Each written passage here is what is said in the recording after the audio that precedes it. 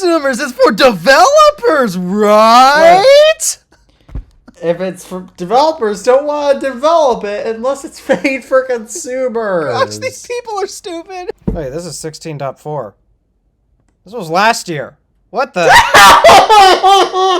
You laughed at me, Internet. How dare you? The Note 7 got it first. But yeah, Yes. we all know what happened to that phone. Yeah. But we've gotten severely off topic. Though it's sort of on topic. I think we know the title for. I think we know the title for this podcast. It's probably going to have something to do with side tangents. I have a harder time finding shoes because, unlike you, I have size 16 feet, unfortunately. Oh.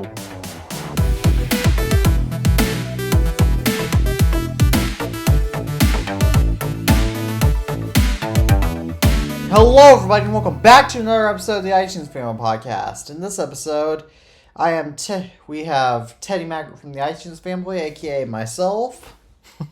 My name is Alpha Day Wolf. And we are unfortunately joined without Tabby Cat 406 again, because he has to sit out on this episode.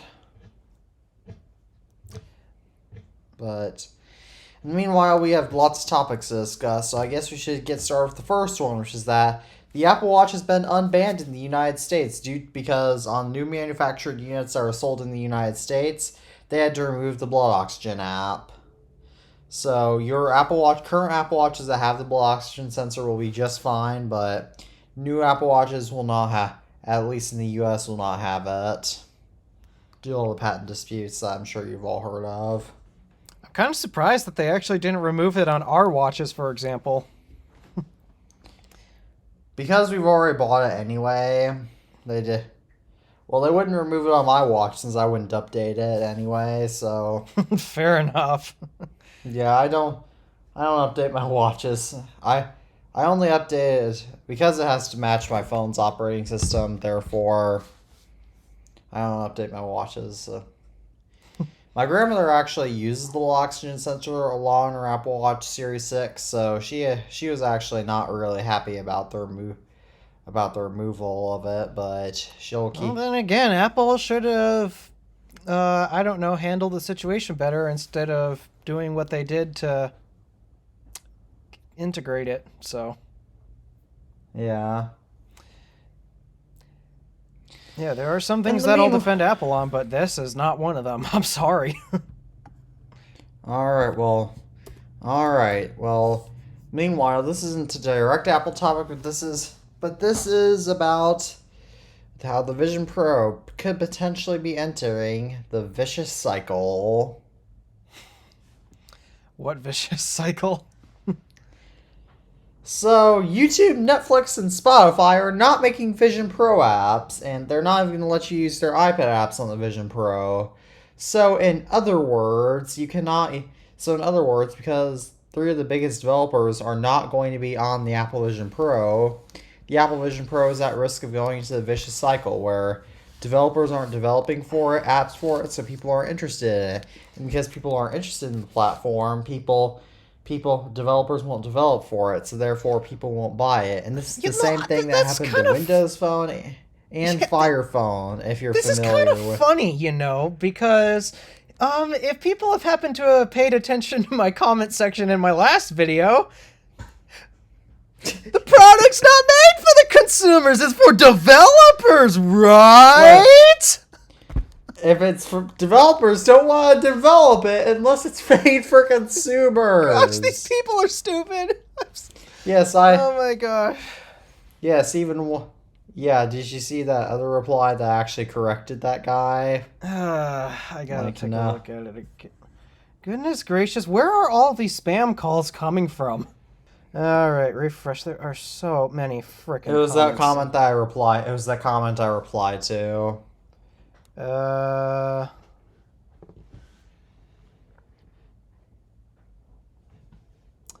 not seeing it. Let's see.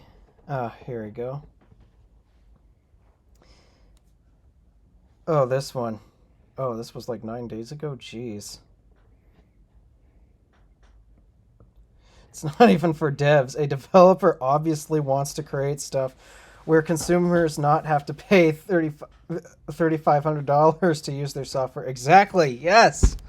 What's the name of the account that replied with that? Confector69. I want to give a big shout out to Confector69 on the show because he actually has logic. Yes, and it seems like so many other people here don't have it.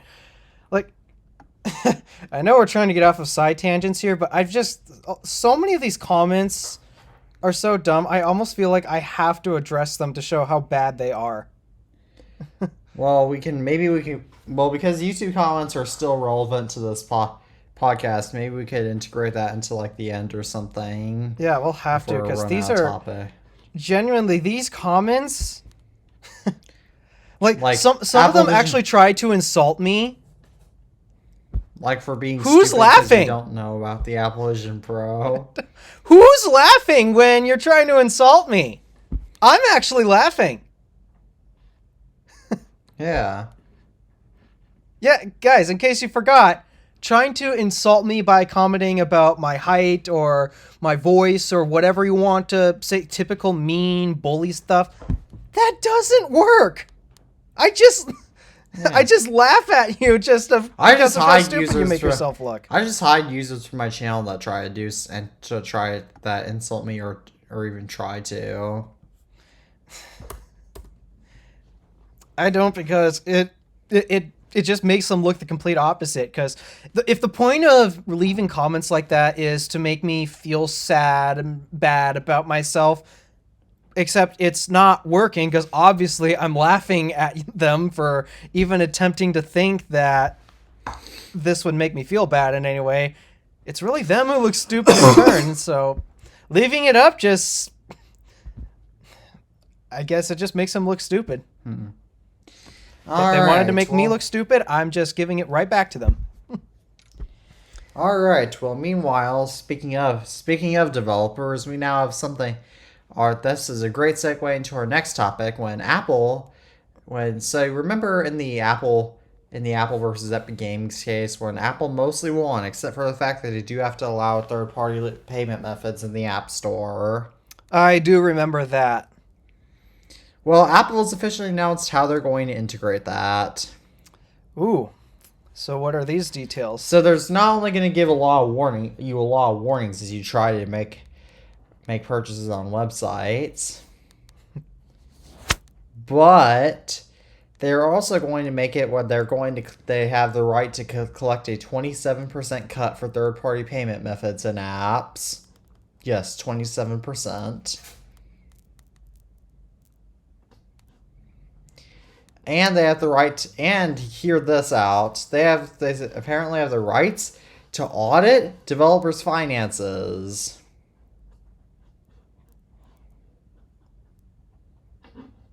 I think I can agree with most of this. Because again, for the most part, Apple's doing the hosting. Yeah.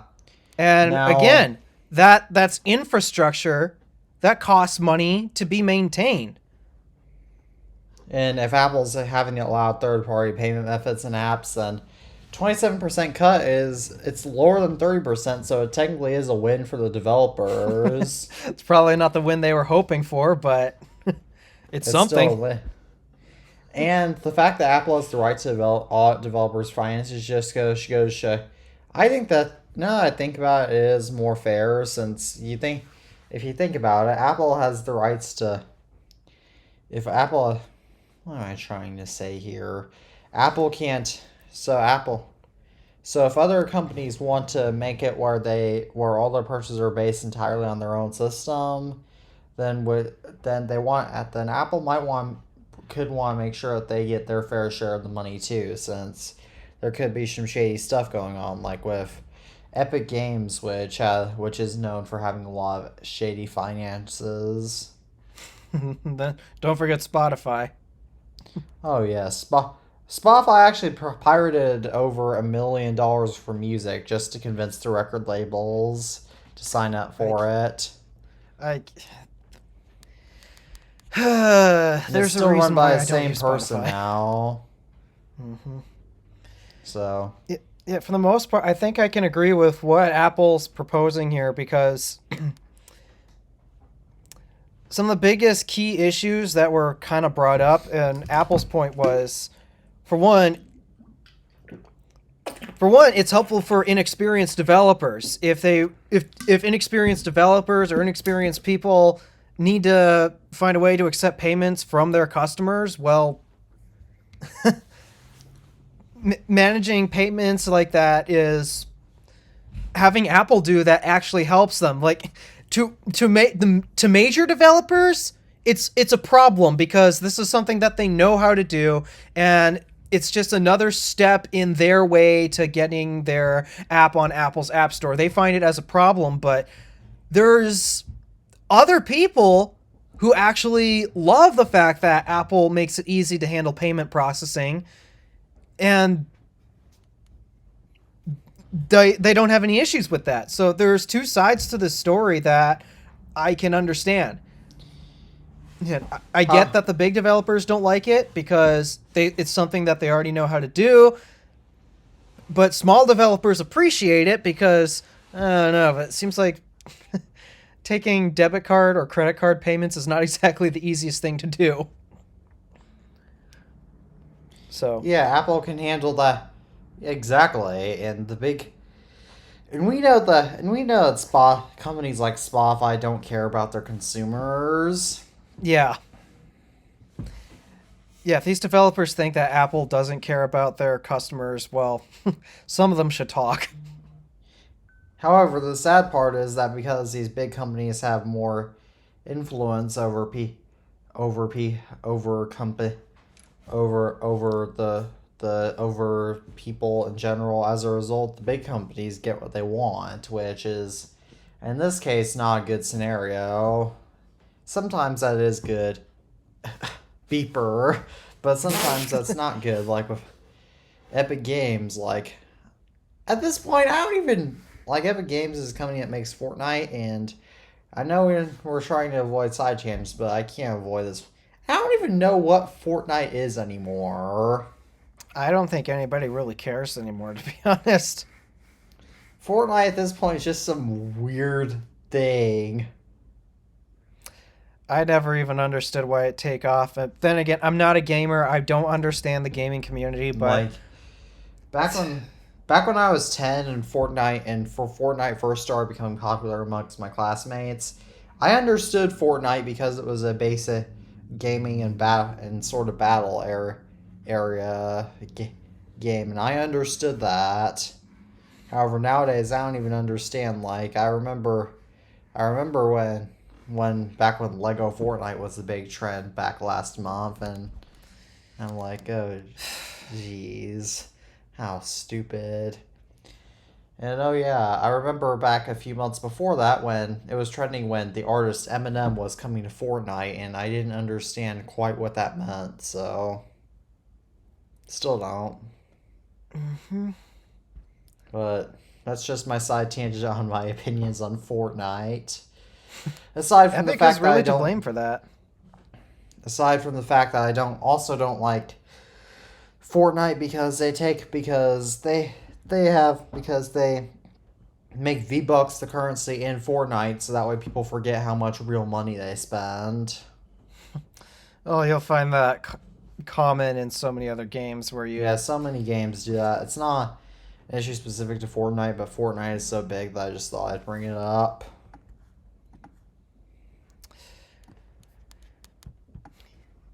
I'm glad I'm not in the gaming community because genuinely, I do not care about that game. I do not care about any of these other games.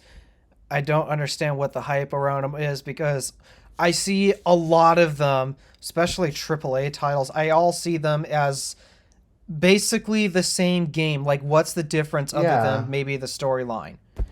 The objective is shoot people. Yeah. I can get for the Sorry, I first games don't that care. yeah. I can get for some of the like first games that came along did that, like Half-Life and Call of Duty. Like I can get those since those are both iconic franchises that have been around for ages, but there's some that There's some that I just don't get, but meanwhile, I guess we should get back on topic and focus on our next Apple-related topic, which is that iOS 17.4 now has stolen device protection. Explain how that works.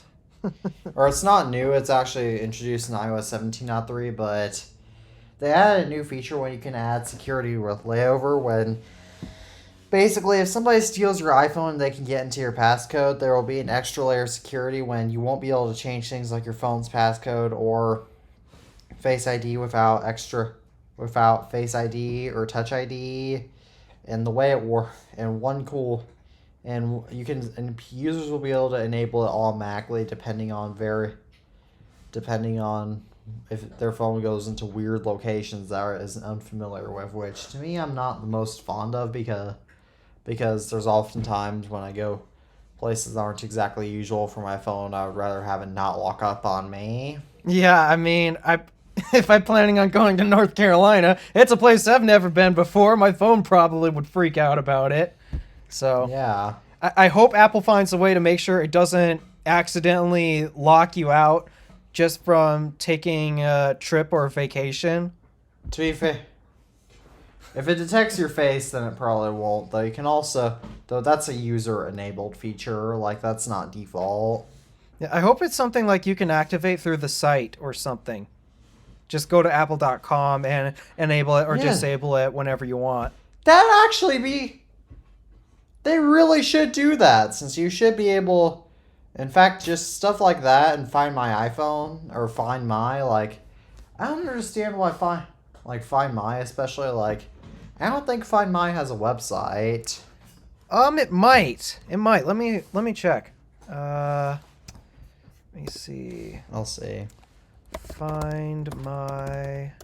Yes, it does have a website, okay. It's part of iCloud. Oh, yep.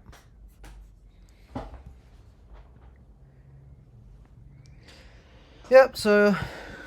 Yeah, as long as they let you enable it through the website or other sources, then enable it or disable it, I think that's fine. But... Yeah, just don't do it when I go to North Carolina, Apple. That would be bad. That would be very bad. All right, the next topic that we need to talk about is also an iOS 17.4 feature, but this isn't side loading because we covered side loading plenty on this show. But this is that there are new emojis. New emojis. Should I be nervous? From what I've seen from the I'll look up iOS 17.4 emojis. Alright, I'll go on to Emoji P. Okay, these are they're normal emojis. Okay. They're not. It's not like that. Oh, jeez. That's getting censored. Yeah. All right. What are these new emojis, by the way? They're just... I'll send you a link to... you can just look them up for yourself. They come right up. All right. Oops.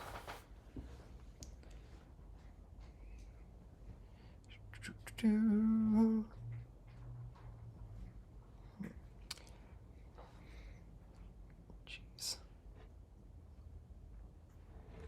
New iPhone. Jeez.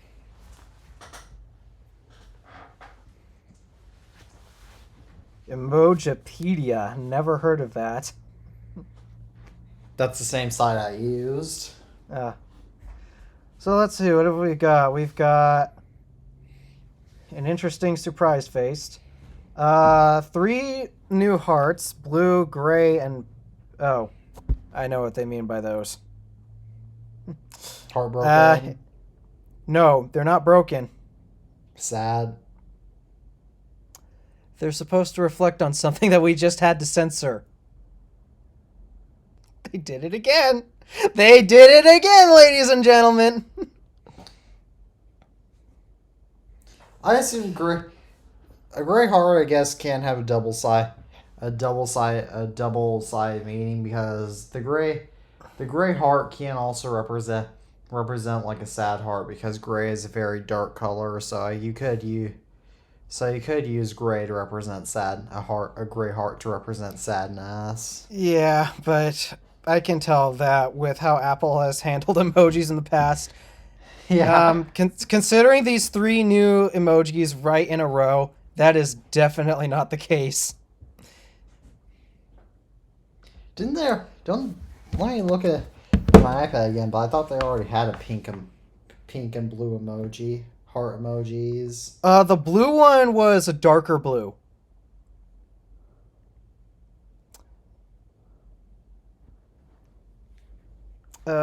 Yeah, if I recall, it's a darker blue. Keyboard. Let's go over here. Let me look this up for myself. Those are flags. I don't want flags. Where's the hearts?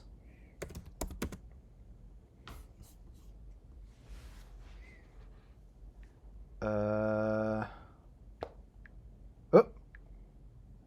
Ah, there they are. Oh, they were just added. That's why. Yep, there's the 3 new ones.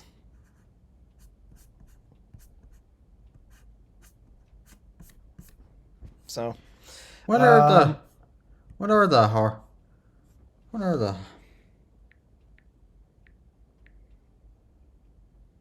I didn't find any hearts on the page. I had to double tap it's in the symbols section right there, supposedly. I meant on the website for the new Oh. emojis to find the hearts. Let me see. Oh, it's on my phone. That's why. I just had to scroll down a bit. So yeah, this is the emoji. That's Microsoft. That's Microsoft, not Google or not Apple. What do you mean? The gray heart emoji, that's a Microsoft.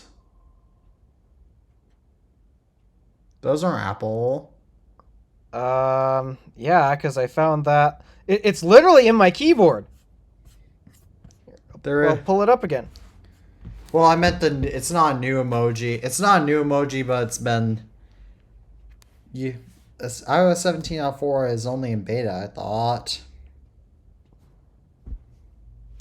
Evidently not, because they are right here in my keyboard. I think that's been around in iOS for ages. I don't know. Those aren't new. Well, what about the rest of these? Do any of these look new? Oh, what list are you on? Oh, it's a way lighter blue. Wait, this is 16.4. This was last year. What the? You lied to me, Internet. How dare you?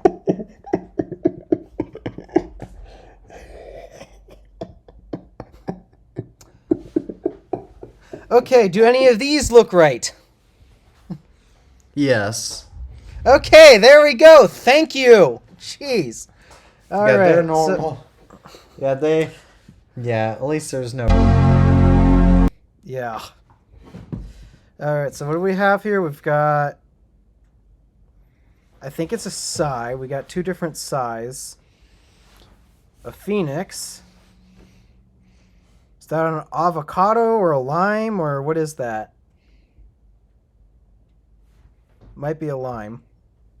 A mushroom and a broken chain. Okay. Okay, I'm not sure why we need an emoji for that last one, but okay. So, yeah, actually, fairly neutral this time. Thank you, Apple.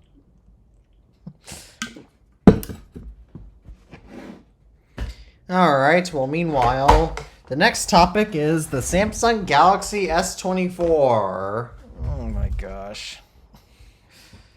Now, my thoughts on this phone are that, first of all, Galaxy AI, I actually do like the Galaxy AI features, since rather than just they did integrate and market it as AI this, but they actually show some useful use cases for it if it works well, like transcript like transcriptions and the magic eraser features similar to Google's with Google's on images. So it's not anything too groundbreaking or special, but still isn't bad. And then the removal of the 10 times telephoto lens again.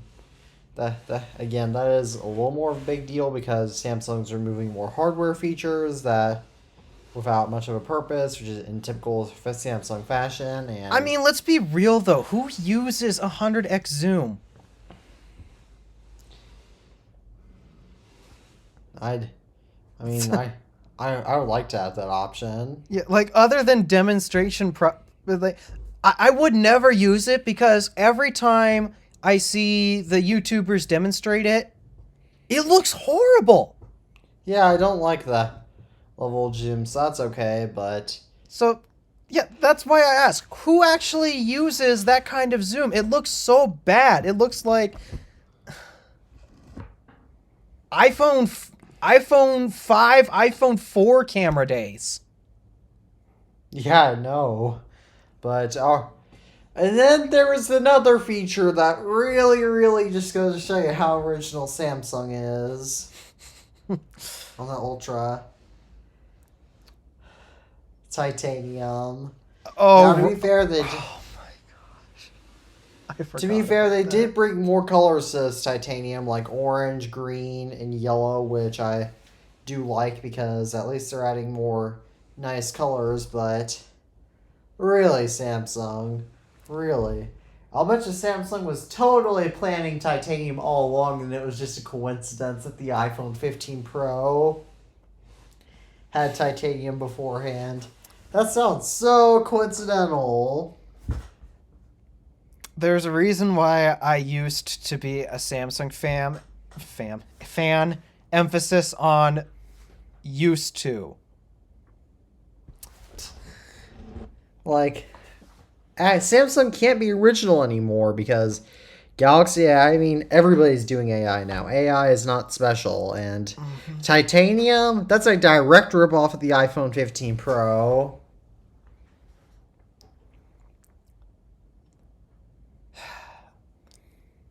They really let me down.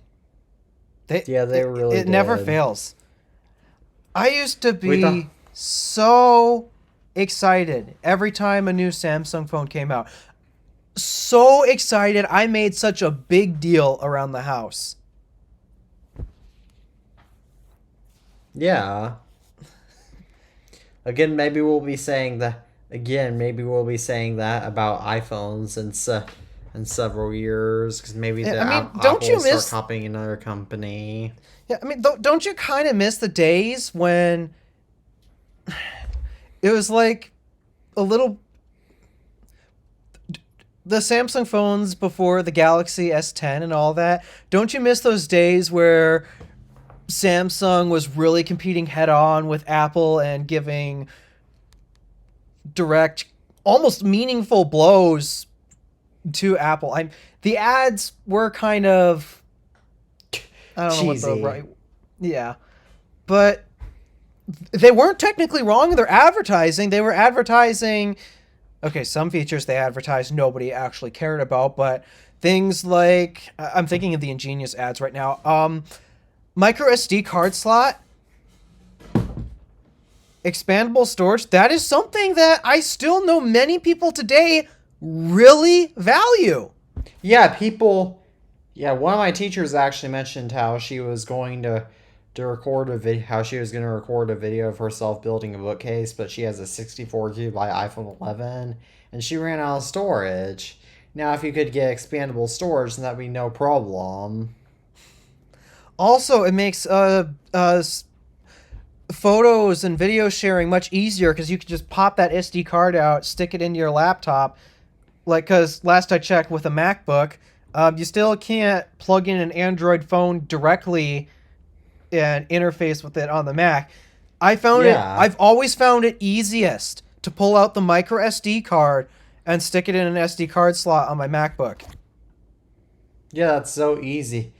It's easy, it works, and And the main reason why a lot of people upgrade their phones is storage. And if people could expand their storage, then people would use their phones for longer. Which, actually, I can get why Samsung might want to remove it, but people value expandable storage. Well, not only that, but it's also cheaper than upgrading the internal storage of your phone as well. Yeah, it's So, cheaper, and you also don't, and you can also sell more phones if you think about it, since people aren't gonna have to worry about buying more expandable storage. So that way, people can just buy whatever phone and whatever base storage capacity they need to get by, and then they can pop in and then they can buy a micro SD cards whenever they want to, because most people can afford micro SD cards anytime, but most people have to get financing on their phones. yeah, I remember how Samsung used to have it set up, like with the Galaxy S7, uh, there was only one storage option, 32 gigs.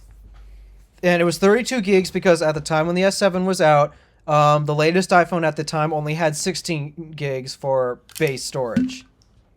So they only upgraded it to 32 gigs by default just so they can one-up Apple. But they offered no other storage options after that. Instead, if you needed more, get the right amount with a micro SD card, and it's cheaper than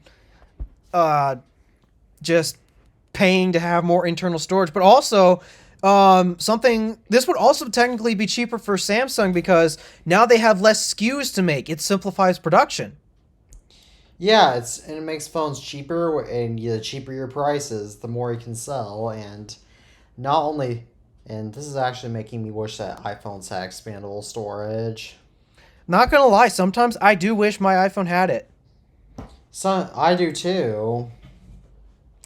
So, yeah, I know I keep bringing that up a lot, but truly it was a meaningful feature. Another And they meaningful decided feature is it's not like meaningful anymore. the heart rate sensor, which was pretty cool. The temperature My grandpa sensor in the used that Galaxy all S, the time.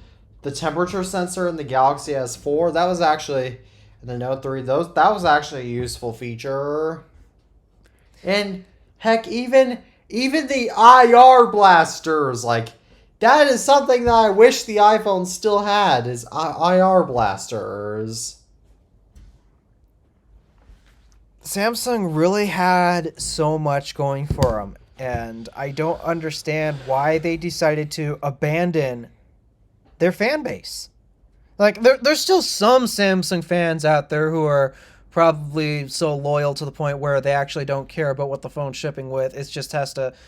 It's like how people brand Apple sheep, how they'll buy anything if it has an Apple logo on it. I'm sure that some of these Samsung fans are still buying Samsung phones because they have a Samsung logo on it, and somehow they still manage to maintain having a reputation of being the best Android flagship, which at this point I have to disagree, and I think these people actually need to start looking elsewhere. Like, I can't even believe I've been saying this, but Google Pixel. I actually think Pixel's better than Samsung, and if you knew me from a few years ago, you definitely know that my opinions on this was the complete opposite. It was Samsung was better than Pixel. Who did think? Who did they think that? Imagine if somebody went back to you in 2018 and told you that you're gonna prefer Google Pixels to Samsung phones in a few years, or even better, back in 2016. Yeah, I would have never believed it, to be honest, but they've blown me away, and Samsung has just continued to disappoint me year after year. My favorite thing that I loved about Samsung phones, especially over iPhones, was sure, their flagships was priced very similar to an iPhone, but their shtick was include everything possible. It doesn't necessarily have to be optimized, and that's why so many people love the iPhone. That's why we love the iPhone today. It's optimized and it works very well. But it was kind of cool to have a phone that literally could do just about everything. And maybe it didn't have to do everything perfectly great. It just had to do it good enough. And that's what Samsung phones used to do. That was their flagships. And so many people used to buy Samsung phones because they were actually good phones. So they didn't feel like they were being left out because of Apple. But now at this point, Samsung cannot win over Apple via copying them. They have to do their own thing. Yeah. Like, as annoying the battle was sometimes, there's a part of me that kind of misses the drama between Apple fans and Samsung fans. And the reason for it is because this is competition at its finest.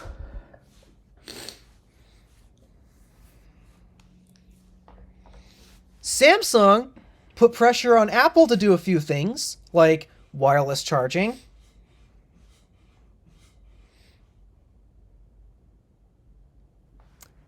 There was a few other things that I can't exactly think of at the moment, but I know that Samsung has accelerated. Oh, big screen. Oh, making phones big phones. Oh yes, that's a key one. That is a key one. Do that for years. Yes, so Samsung has made Apple have to compete by making bigger phones, by adding features that a lot of us have requested, like wireless charging. I remember the days it was really painful, but I remember the days where you could point out Samsung can wirelessly charge their phones, and I thought that was the coolest technology ever, especially considering how I charge my phones today.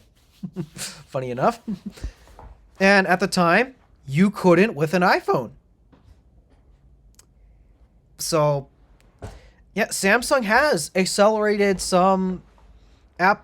Samsung has caused Apple to put some features that they had first on their phone and make the iPhone better. But in turn, Apple also has called Samsung to compete and make their phone better by the dual camera system. Samsung was a little late to that. That's just one feature to name, for example. Everyone hated TouchWiz so much. That was their UI skin over Android. Finally, after Apple's optimization year... TouchWiz was around on their old school, on their dumb phones long before Android even. Yeah, but it was basically a cluttered up experience. And Apple put pressure on Samsung to finally clean it up. They did that with the Galaxy S10 on Android 9 One UI. So it was competition at its finest. That's the reason why I miss the drama. I don't miss the hate that everyone would send towards each other, because surely I don't like spreading hate to anyone or receiving hate from anyone. Seriously, we shouldn't be spreading hate anyways. It's petty, it's pathetic. We shouldn't be doing that, but the drama that I miss was the competition. It was competition at its finest. Samsung had a name for themselves. They had a loyal following because they were original. They did things their way, and they were proud of it. Apple, of course, obviously, Apple does things their way, and they're proud of it. And now, no Android phone maker except Google seems to be proud of the phones that they make. And even Google Pixel phones still aren't the same cram every feature possible into a phone. No, but they focus Since they want to offer a stable experience, but they don't want to be. They want to make it not like an iPhone. Yeah, Google does not offer the exact same thing that Samsung does. But the reason why I'm supporting Google in this case is because, for once, back with the Pixel 6, they actually tried. And I could feel, even before the phone launched, that Google was actually trying this time to make a great phone. I felt that energy from them. Google probably did that. I wonder if Google started trying more with their phones since they knew that Samsung was starting to go downhill. So they thought, okay, we can replace Samsung. That probably motivated them because it was during the S20 series when the Pixel 5 was out. So yeah, after the S20 series downfall, or not, I can't call it a downfall, but I'll say Samsung's fall from grace with that lineup of phones, and the Note 10s, I got to include them too because, gosh, the Note 10 was a massive fall from grace from Samsung. Google must have realized they had an opportunity, and they took it. And color me impressed. Did you know Apple is now the largest phone maker in the world? I wouldn't be surprised. Yeah, it makes sense because Samsung, at this point, I've said this before, but all the Android phones I see at my school, most of them are not Samsungs. They're cheap Chinese phones like TCLs and Motorola's. Yeah, it's like, even though I still criticize Apple for making a bad design, but give them credit. They're still proud of the phones that they make. We can see it. They're proud of doing things their way, and they're not proud of doing things their way when they're not exactly too happy presenting it on stage. Like with the iTunes phone, Steve Jobs did not seem very happy on stage the day he presented it, and of course it flopped. And bringing USB-C to the iPhone, Apple was clearly very proud of Lightning. Yes. Yes, that was one stubborn thing that we all hated about Apple. Something that Samsung happily taken care of with the S7? No, S7 still has micro USB. Note 7, that's what got it first. The Note 7 got it first. But yeah, we all know what happened to that phone. Yeah. The S8 was the first successful phone to get it, as we all know what happened with the Note 7. Let's just say things got a little fiery.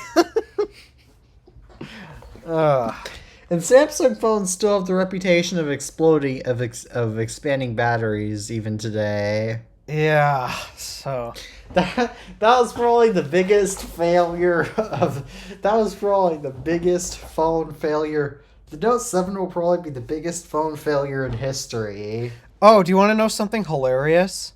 What? Samsung, I kid you not, actually makes batteries for electric vehicles.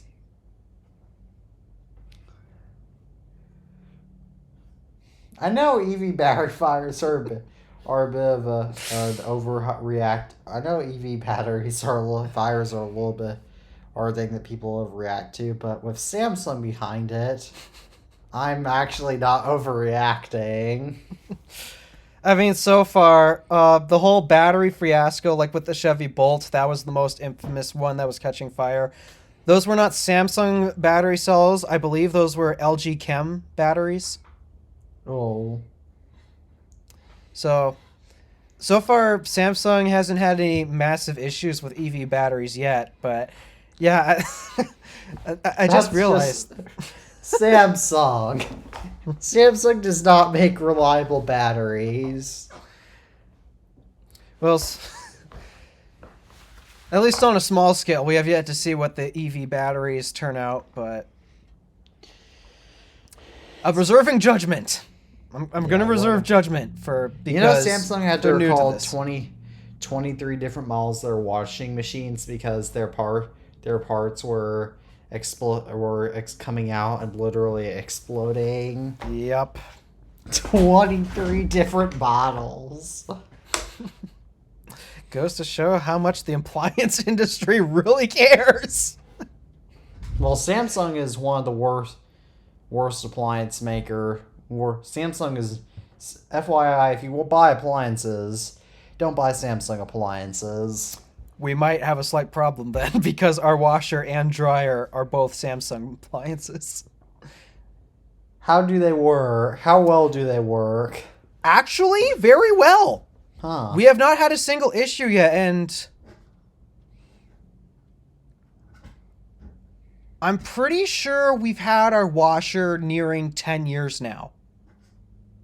Wow. My mom absolutely hates my parents absolutely hate Samsung appliances because my dad actually used to work at Lowe's and he would always and so as a result he sold a ton of appliances and he did not and Samsung appliances always had terrible always had basically no quality and LG appliances weren't exactly great either because LG refrigerators one of the most common issues he would have with get from his customers is that the ice makers in the LG fridges would never work.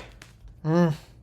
That was many years ago, so I'm not sure if that's still the case with LG, but my mom knows somebody who got all Samsung appliances and they all broke instantly, so pretty quickly, so as a result my parents don't like Samsung appliances. And my mom also doesn't like Samsung TVs because she had a Samsung TV and it very quickly developed a line. Dude, that was 10 years ago when she had that TV. Might have been a quality control issue or something. I mean, Samsung is known to have one of the best displays, and I think it might have just been a defective unit that escaped QC. Yeah. It happens.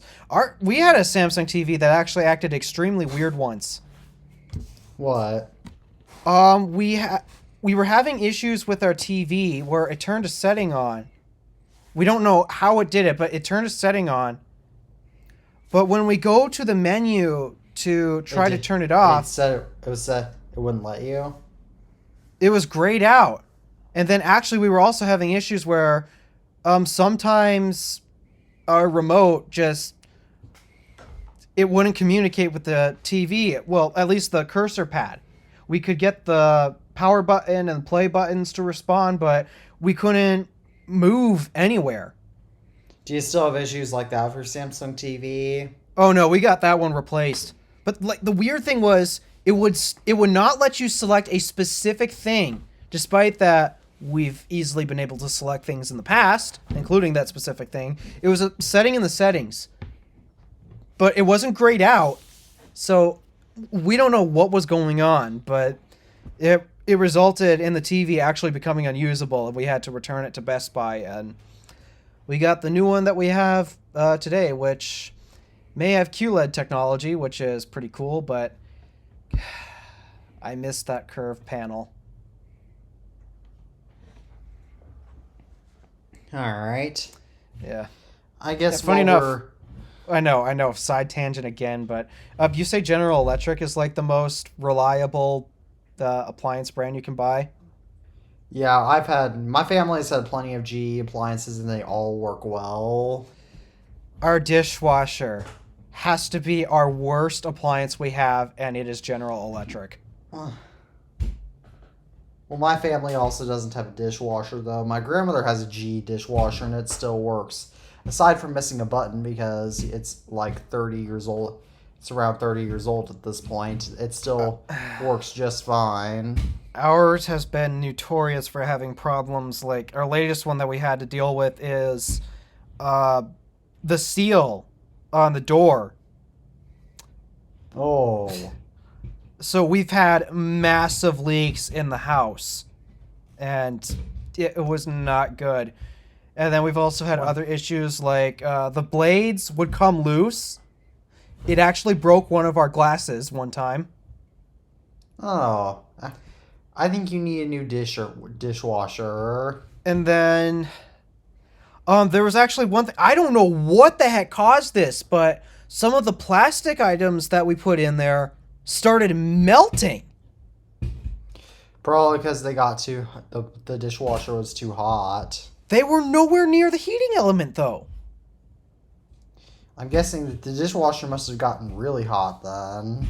So, and then also the the most crucial part of a dishwasher, that if this part is broken, then don't expect your dishes to be very clean when they exit. The detergent dispenser. Oh, It won't stay shut. I think you need a new. I know. Can't your family get a new dishwasher? No, they can't. So your family has to wash dishes manually? Correction. I have to wash them. They put it all on you? Me and my sister, actually, but well, we do have the dishwasher in sort of a working fashion where we're now using it again, but it has to be by far the worst appliance we have ever had in this house, and it is a General Electric product. And we have a mix of other products, like our refrigerator is Whirlpool. We finally had our first issue with our refrigerator, and that thing is like 15 years old. Our refrigerator, which we actually got replaced we actually got this one back in 29. It's only a few years old, but it works great, and ours is a Kenmore. But we previously had a Frigidaire refrigerator, and that one, because Frigidaire appliances are also total crap, totally failed on us. And before that, I believe we had a Whirlpool. Mm-hmm. So, but yeah, what happened with our fridge was, it was nothing mechanical, actually. It was just a temperature sensor gave out. And so the fridge wasn't keeping normal temperatures. But after we got it replaced, hey, it's working again. Yeah, that's just an aging electronic component issue. So, yeah, nothing like a pump or anything like that, thank God, because, I mean, luckily where I live, we can use our garage as a refrigerator. Yeah, you live... Sometimes a freezer. Yeah, you live in UP, Michigan. I remember back when the power went out once on the winter... Back when my family's power went out in the winter, many, many years ago when I was very little, my mom, because our power went out and it was so cold outside, my mom just put all the refrigerator food outside. Yeah, it works. So, but yeah, our worst appliance ever. General Electric dishwasher. But meanwhile, our Samsung washing machine and dryer is perfectly fine, especially after our washer is like 10 years old. So I guess do you want to hear the story of the Frigidaire oven fiasco? Let me guess. Got a little too hot and started catching fire? Nope, not at all a fire situation. Not really much of a fire. Well, actually, yeah, there might have been. Yeah, there might have been. Oh, it involves that. But meanwhile, so our old Whirlpool refrigerator back in January, or not refrigerator, that one got replaced years beforehand. But our old Whirlpool oven gave out sometime in January. Was it?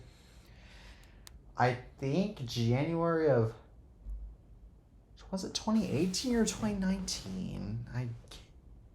Yes, 18. January 2018. Our Whirlpool oven gave out. So naturally we bought because my mom really liked Frigidaire appliances back then. She bought us another Frigidaire. She bought us a Frigidaire. 6 months later, I believe 6 months later in June of 2019, or 18, or 5 months actually, I believe that time, I don't remember the full story, but I think it might have been something to go with I think that time it did simply get too hot, and so it simply got too hot. Or One of the connections in there must have melted or something. No, I don't. Yeah, it was something like that since my dad had to unplug it.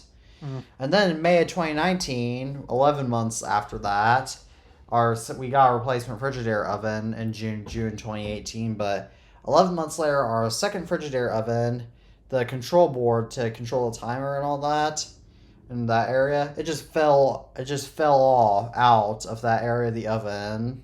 Oh dear, that's not good. Yeah, that's our last. We now proudly own a G. We now proudly, and much to me actually convincing my parents finally started buying GE appliances. As now our washer and dryer are both GE. Our oven, yes, that's GE, and I don't believe. The only appliance that we have in our house that is not GE is our microwave, I believe, is Hamilton B. Or two appliances. Our two microwaves, I believe, are Hamilton Beaches. And our refrigerator is a Kenmore. And we don't have a dishwasher yet, but when my family redoes their kitchen, we'll probably get a dishwasher. Oh yeah, I just remembered. When my family initially moved into this house, there was no microwave, so we brought a portable microwave my dad used to use in the college days, and we used that for a time, but it wasn't big enough, so we finally got one that overhangs above the stove. Yeah, we don't. Our house is so old. My house is so old that it doesn't have an automatic space for a microwave, so we naturally have just a tabletop one. Mm-hmm. Yeah. The microwave that we got was a Frigidaire. Did it work? It literally fried itself when we made popcorn. How long ago was that? It was not long after we got it. You remember that? Yep. Gee, if you could remember something like that from back when you were a little kid, then. I still have memories of the area where I began my life, actually. I still have some memories of that area.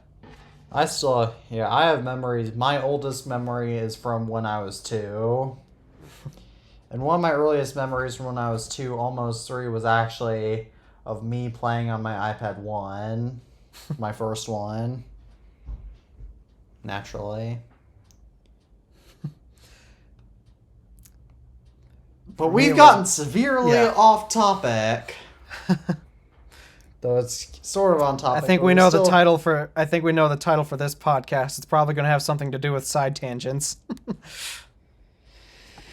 Yeah. All right, but our next episode is not our next episode. We're not over yet, but the iPhone 16 capture button is going to be on the whole iPhone 16 lineup, as there is as I'm not sure if it covers No, Apple, what are you thinking? Oh, but it's still going to be mechanical, and it'll still respond to both pressure and touch. Now, why does Apple have to add an extra button to the iPhone just to integrate with the Apple Vision Pro? I don't know. It doesn't because the need action it. button already does that, and because that's starting to remind me a little more of a certain phone that Apple is trying to Apple's really trying to dethrone. No, I don't keep my phone. Old school phones like that in here anymore. It reminds me of a phone that looks a little more like this.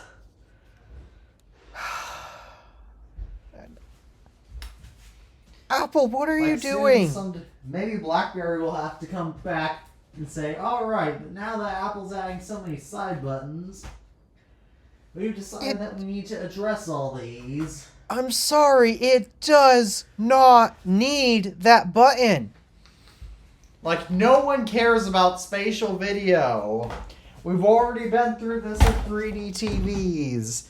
No one cares about 3D. And so many people online, like, you'll get the hardcore tech enthusiasts saying, oh, it's going to be awesome with Vision Pro.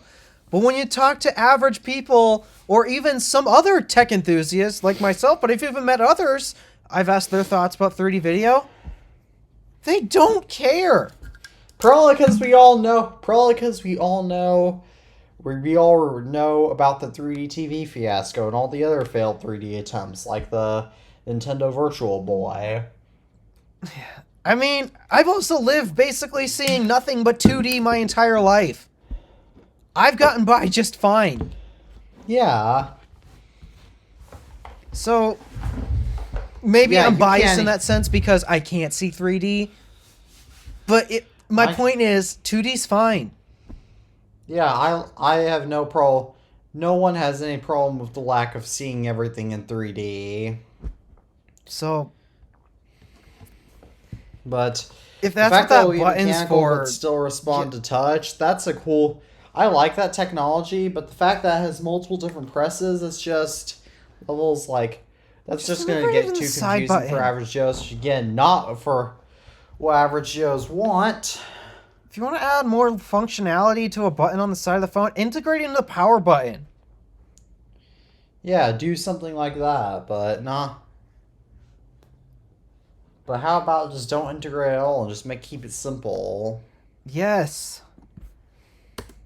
Because, like, if you really want it in the button, or if you really want another functionality thing on the side, like, I know Samsung with some of their phones that have the fingerprint scanner in the power button, you could swipe down on that power button and the notification tray pops out. Something like that. So, yeah, if you need an ideas of what to do for more functionality from hardware on the phone, just do that with the power button. Add a haptic touch sensor to it so that way you can perform, I don't know, a swipe down gesture for control center or lightly tapping it for accessibility or whatever. We don't need another button. No one needs that. 4 is already too many on the 15. We don't need a 5th. One of my friends actually got the iPhone 15 Pro, and he doesn't like how if the action button he accidentally presses it to make it silence it, but he doesn't want to make set to do nothing because then he has to go into software to change it.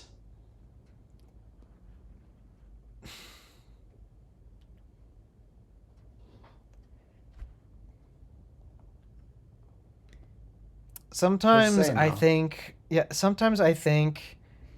because I think it's fair to say at this point that Tim Cook he's basically getting ready to leave the company at this point. He said that in interviews, he's wanted to stay and oversee one more product launch. We know what that is. It's Vision Pro. He's getting ready to leave at some point, and Yeah.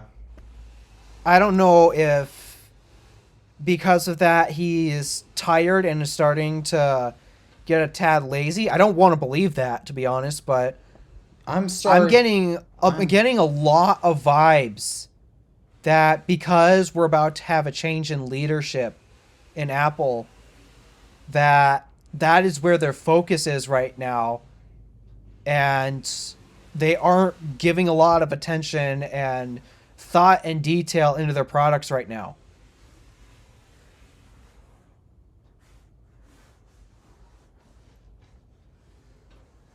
Because, again, Vision Pro, we are all so confused about it's $3,500, but it's a consumer product. Yeah, and we're not, and sure the prices will reduce, but Apple's clearly part of marketing that's firsthand as a consumer grade product. And whilst you could argue that, well, the iPhone was way more expensive than any other phone on the market at the time when it launched. Yes, but the difference is that the first iPhone started at $500 and later $600 when they discontinued the 4 GB capacity.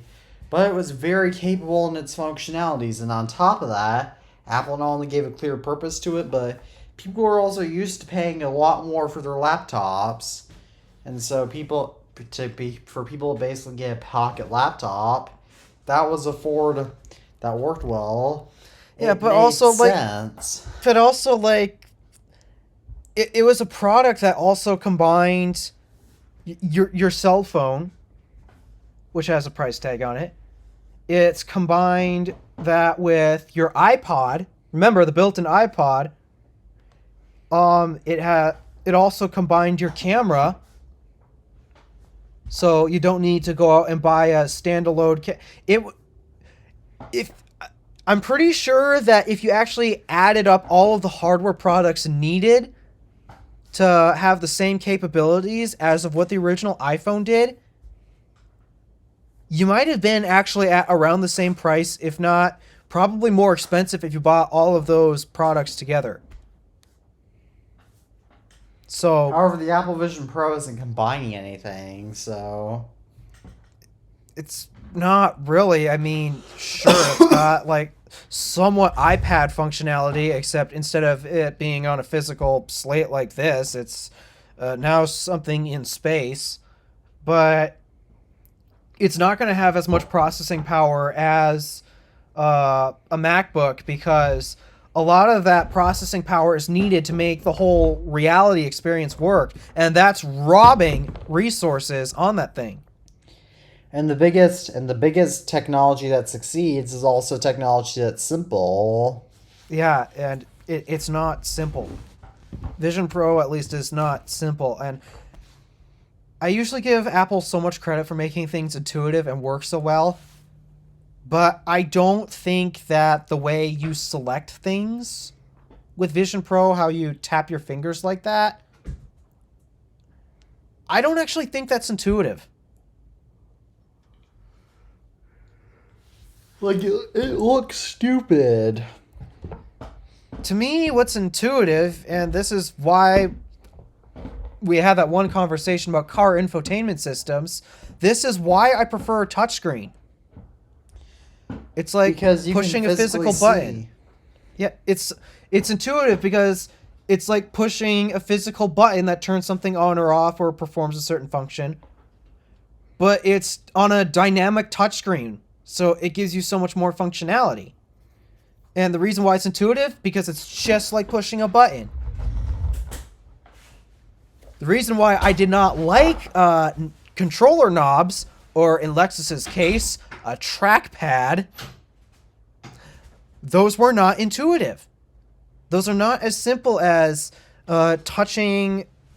just pushing a button. You had to scroll along, make sure you highlight the thing that you're looking for, which takes your eyes off the road for one, but it just mitigates intuitiveness. That's why I prefer the touchscreen. And the way Vision Pro is handling this method of selecting and various other gestures, it just does not look intuitive to me. It does not look natural. FYI, I had to let my cat Mike out of my room, which is why it was up. But Yep. speaking of the Apple Vision Pro, though, it is going to internationally launch before WWDC 24.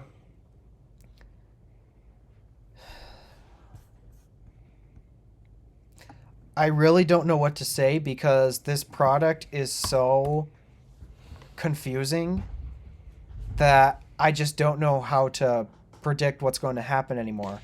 And I know you can say that, well, the Apple Vision Pro is sold out, but that's because, of course, all the tech enthusiasts are going to buy it at first. Yeah. And you also have to keep in mind that Apple made such a limited quantity of them in the first place. So, yeah. So, duh, it's sold out. Yeah. Yeah, to me, I was able to predict that the Apple fans and the tech enthusiasts, they're going to buy it first. And there's going to be a huge sales hit when it launches. I predicted that, and that is exactly what happened. But going forward, I honestly don't know what's going to happen with this product. Like even Talos of Tech said that, I'm sorry, but I don't think this will replace a smartphone. True. And Because whilst he did yeah, say it I could even knew. potentially replace Yeah, I even everything knew this else in the before Apple Vision Pro was ecosystem, it announced. can't. There's no way this could replace the smartphone. I knew it too. And in this case, it's not because of hardware or software limitations. It's literally just form factor. Yes, like this form factor, it's not great. It's not great for compute. It's not exactly great for computing since it's not as simple as just using a laptop.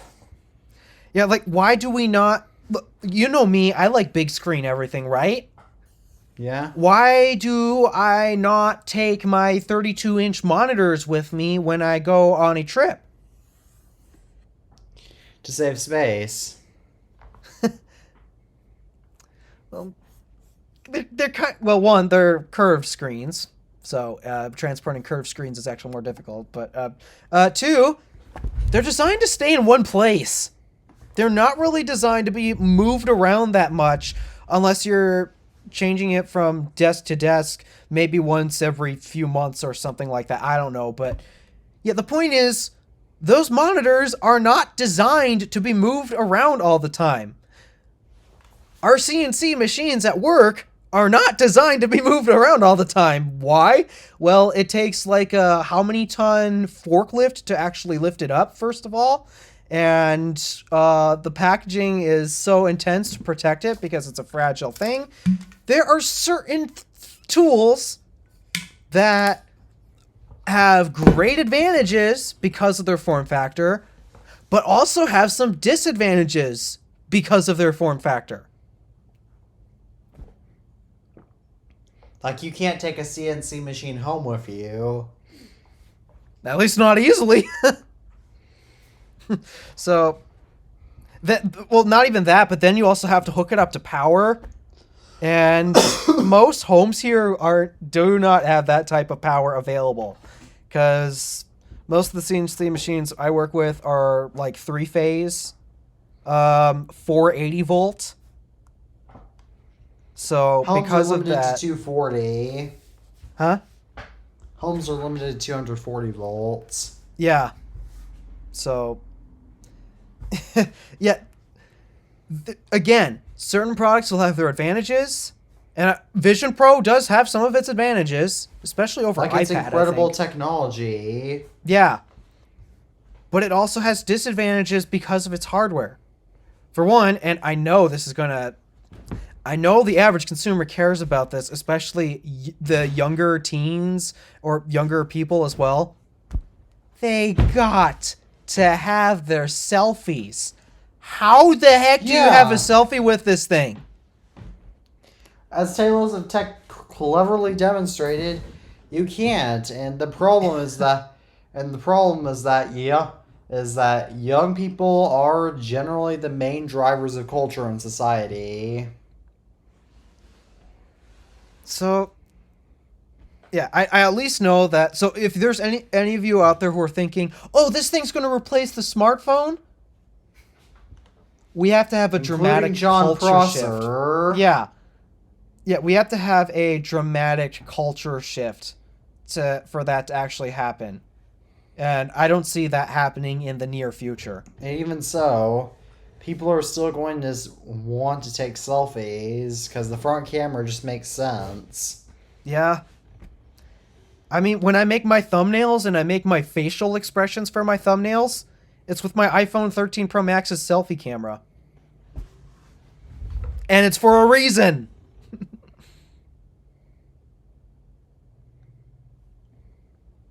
So, yeah. There's certain things that Vision Pro is going to be able to do, and there are certain things that it is not going to be able to do that our smartphones can do quite easily. So, All right, well, yeah, you're in terms not of the gonna like watching this. thing. You're not gonna. Now, just to give you a heads up on what your thoughts are gonna be on this next topic before we even get into it, is that you're not going to like it at all, and you're gonna think it's stupid because it's a useless product line that Apple doesn't really pay much attention to the software of. The next iPad Pro is rumored to receive price hikes. The 11-inch iPad Pro will start at $1,499, while the 13-inch iPad Pro will start at a low $1,799 for an iPad. I'm going to use this catchphrase from John Prosser. And it's because it's literally all I can think of. Apple, on a scale from 1 to all of them, how many drugs are you on? Yeah, how many?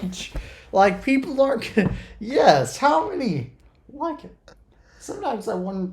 Sometimes I'm starting to wonder if these Apple executives are on drugs. Because people. I'm already not willing to pay the normal prices for an iPad. And mind you, I'm not. And no, people don't exactly want to deal with. And these are steep $600 price hikes. Apple, you know what the problem is? These are $600 price hikes. No, your iPads are too expensive, and they don't do enough. And so you think the solution is to increase the... No! A $600 price hike? Like, all you have to keep in mind, this is $600. Now maybe when we're 80 and we're doing this podcast, then a $600 price hike will be no big deal. But a $600 price hike in today's economy is a big deal. This is... Again, on a scale from 1 to all of them, how many drugs are they on? This literally makes no sense.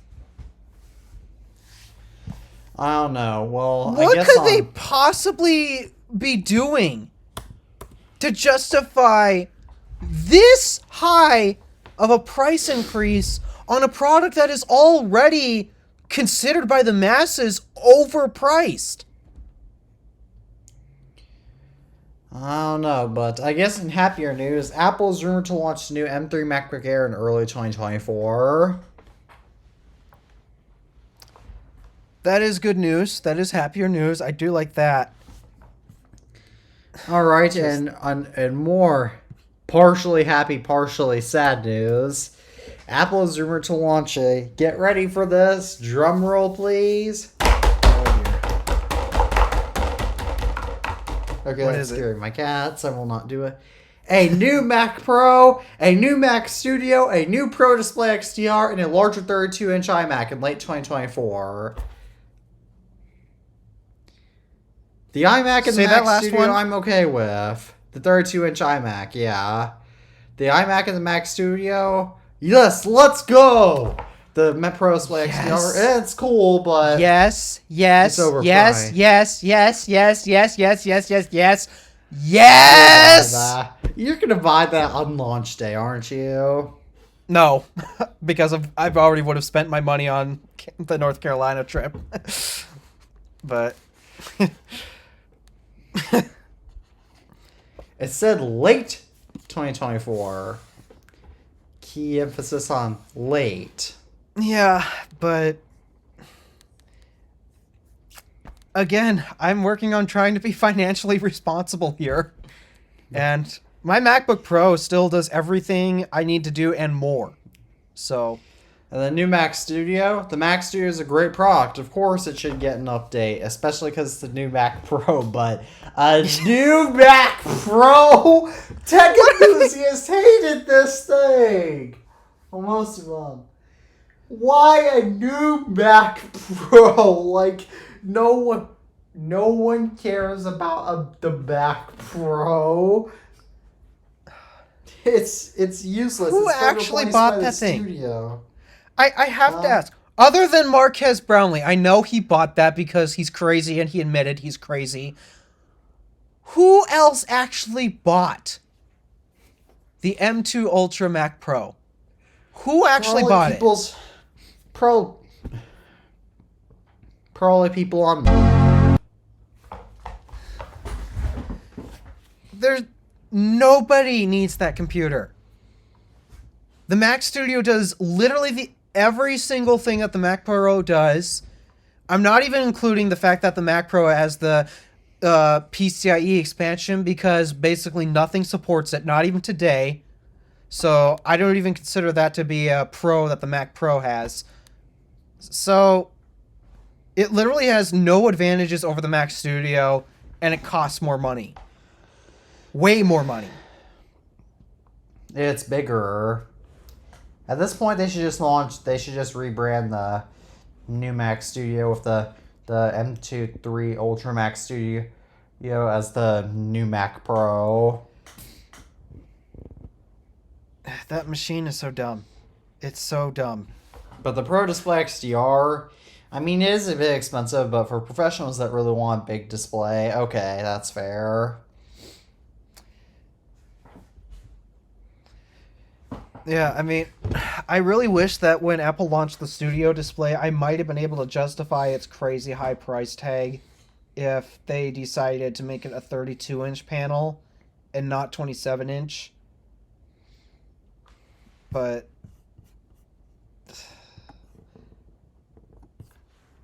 I mean, I'm impressed with the Pro Display's technology. I am. But again, it's at a price point that's so unobtainable for the masses. And they also charge you $1,000 for a stand. Do you think they're still going to do that? Oh, I hope not, because that's one of the biggest Apple memes that made for an excellent Samsung tech ballad, as he calls it. If I recall, everybody gasped when Apple announced that at the WWDC event. It's still a joke that people talk about all the time. It's like Samsung and the exploding phone. Or Red and their stupidly expensive, quote-unquote, accessories.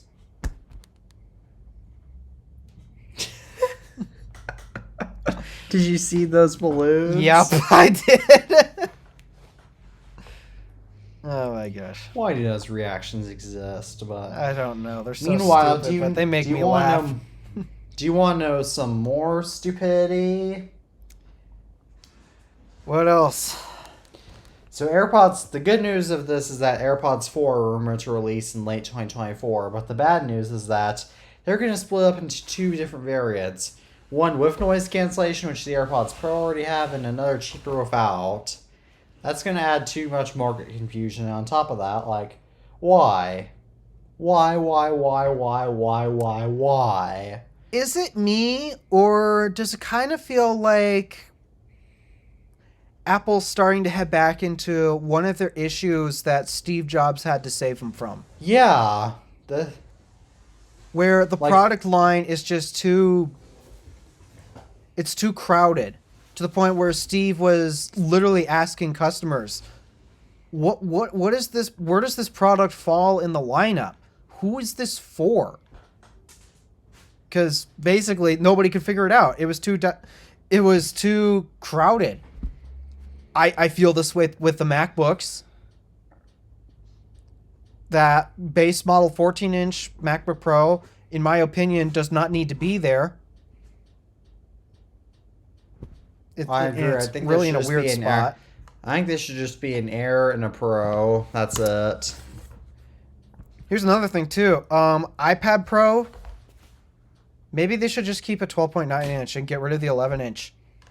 I agree. Because you've got so many other iPads in that exact same form factor, and the biggest differentiating thing that I would think would make a more meaningful difference is Face ID versus Touch ID. But so I mean, the chip, no, that does not make a huge difference. I'm sorry. iPads have never needed an M1 chip or anything like what Apple's suggesting they need, because clearly the software they're making doesn't even take advantage of it. So they've got too many iPads. A lot of them are in the exact same form factor, in the 11-inch form factor specifically. They have too many iPhones. I agree. I think they do have too many iPhones at this point. I really wish we were back in the iPhone 7, iPhone 7 Plus. Have the regular one for consumers, and then for the enthusiast, give them an upgraded model. And exactly. That's what they should have done, and I felt this with the 12 series when it came out, when the rumors were suggesting, oh, we're not getting 3 iPhones, we're getting 4. I already thought that having 2 different size Pro phones was kind of silly, because, I mean, at the time, and both you and Tabby were kind of in this boat, I believe, where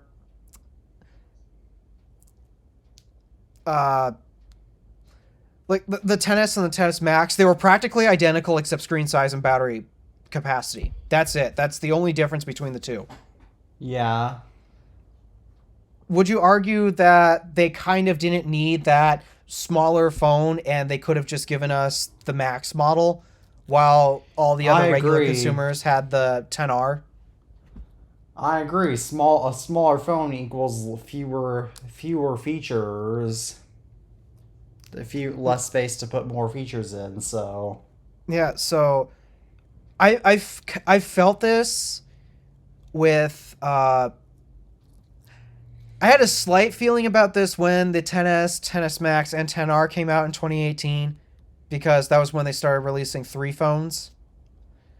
But when that was actually the A8 Plus and 10. Oh, actually, okay, you're right. But the 10 was kind of a wild card. That was so special that, okay, fine. It was truly in a class of its own.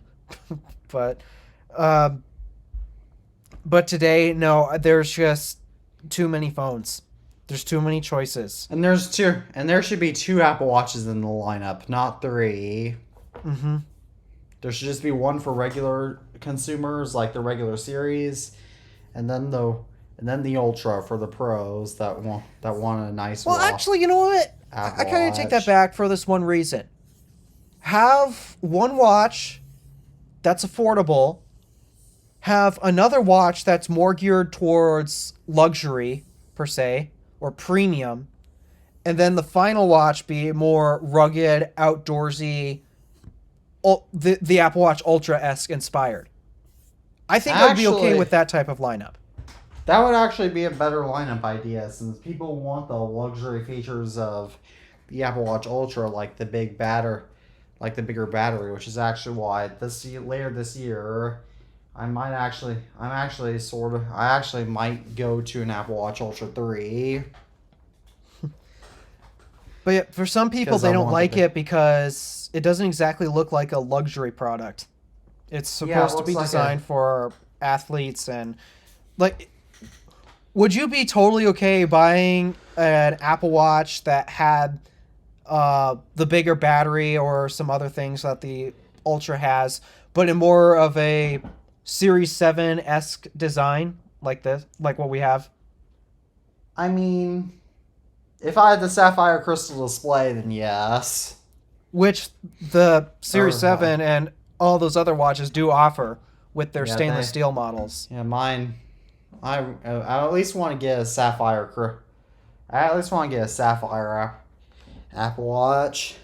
So yeah, and they offer that with their stainless steel models. That's personally what I'd go for, because to me the watch is, it's not just the Apple Watch is not just a handy tool that I use, but it's also a bit of a fashion accessory. It is. It is truly a fashion accessory. Like, the reason why I bought my Apple Watch Series 7 one, the main reason why I bought aluminum is not only because I had just been burnt out for buying my iPhone 14 Pro, so I didn't exactly want to spend too much more on a new watch. But I also wanted the blue Apple Watch, which the Series 8 didn't offer. Mm-hmm. And so, Even though yeah, that's the reason why I got this one too. Because I knew that if I upgraded to stainless steel, which was what I initially wanted, then I get the sapphire glass, and actually there was a gold option that I liked. But two of the biggest reasons why I got this one was because I was not spending $800 on a watch. I'm sorry. But also they offered this blue color, and I know how Apple handles colors. If they make a good one, consistent. Yeah, if Apple makes a good one, you better buy it fast because they're going to get rid of it next year. And they made like with the blue iPhone 15 Pro. Yeah. So yeah, if Apple makes a good color, you better get it as fast as you can because with Apple's going to come out with a. I'm actually so annoyed that I had to upgrade for iPhones on the cycle that did not have a blue option. So now everything I wear a ton of blue. Like if you look, I'm wearing a blue shirt and I'm wearing blue jeans and I have a shoe. Unfortunately, blue shoes aren't exactly easy for me to find since I have blue shoes. Well, they're not. I have a harder time finding shoes because unlike you, I have size 16 feet, unfortunately. Oh. Okay. So I have a harder yeah, my so that's a very annoying personal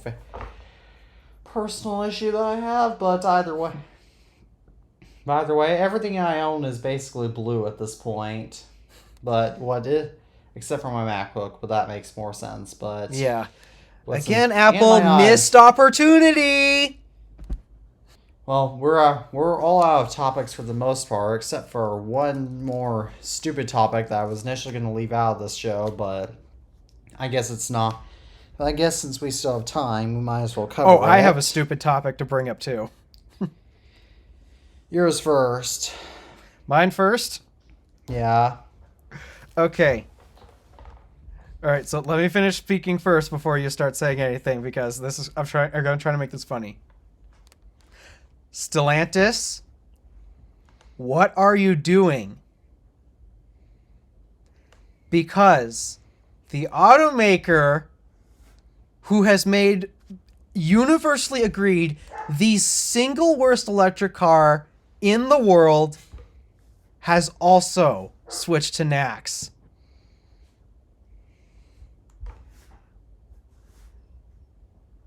You may speak. So to be fair, Toyota did it, and their EVs suck, so yay. But Toyota does not make the worst EV in the world. That crown goes to Mazda. Yeah, now Mazda makes the worst EV. Mazda, where are you? Where are you going to go? Mazda's the last one. Mazda is actually publicly Toyota, we can tell, is against EVs because they come into this market kicking and screaming, but they've never publicly stated they're against it. Mazda, on the other hand, has publicly stated they are against it. And they think that their new rotary engine technology, which is what they got known for in the first place, is going to take off and replace EVs. But I'm sorry. Combustion engine cars just aren't as capable as EVs. And my dad actually saw a video of so there was some flooding in Texas recently. And a Tesla, mind you, a Tesla was able to drive through 4 feet of water with no issue.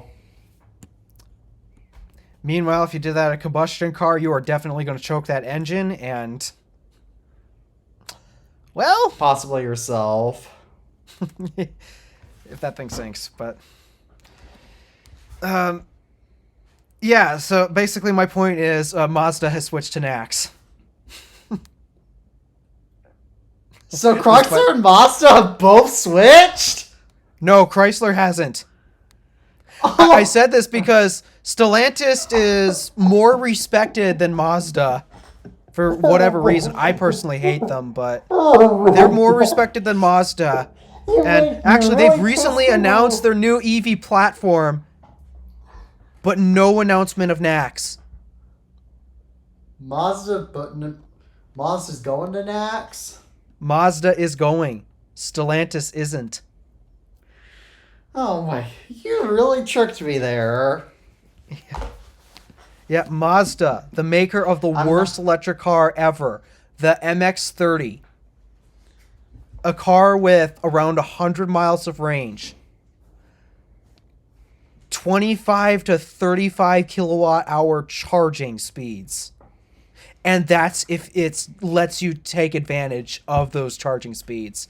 Because like Toyota and Lexus and the Nissan Ariya, there is a limit to how many times you can DC charge that car before it starts limiting you to something even slower. And Mazda's nice speed is 30 kilowatt.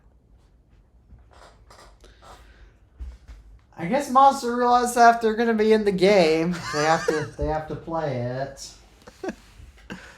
Goodness gracious, that car is so bad on so many levels. To the point where you have to wonder, why did they even bother making this? Because I guess to say, hey, we made an EV. it was a total embarrassment for them. Meanwhile, Stellantis, they're arguing that they're excited for this transition. They just announced their new platform, actually. In fact, they've announced their first electric car.